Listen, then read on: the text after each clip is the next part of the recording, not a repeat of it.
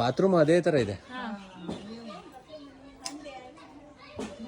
ಇಲ್ಲಿ ಮಲ್ಲಿಗೆ ಬಳ್ಳಿ ದಾಸವಾಳ ಗಿಡ ಇದೆ, ಹಾಗೆ ಉಂಟು.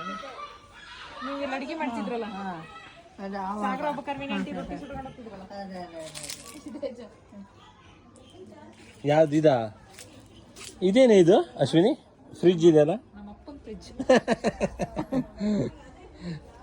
ನಾನ್ ವೆಜ್ ಇಟ್ಕೊಂತಿದ್ದ ಅದ್ರಾಗೆ, ಇನ್ನು ತೀರಾ ಬರಲ್ಲ ಅಂತ ಅಲ್ಲಿ ಇಟ್ಟವಿ. ಜಾಸ್ತಿ ಯೂಸ್ ಮಾಡಿ ಫ್ರಿಜ್. ನವೀನ್ ಅಣ್ಣ ಏನಂತ ಕೇಳಿದ್ರ, ನಮ್ಮ ಅಪ್ಪನ ಫ್ರಿಜ್ ಹಳೇದು ಅಲ್ಲೊಂದು ಐತದೆ ಮಲಗಿತದೆ, ಆ ಕಡೆಯಿಂದ ಏನು ಬರಬಾರ್ದು ಅಂತ. ದನ ಎಲ್ಲ ಬರ್ತಾವಲ್ಲ, ದನ.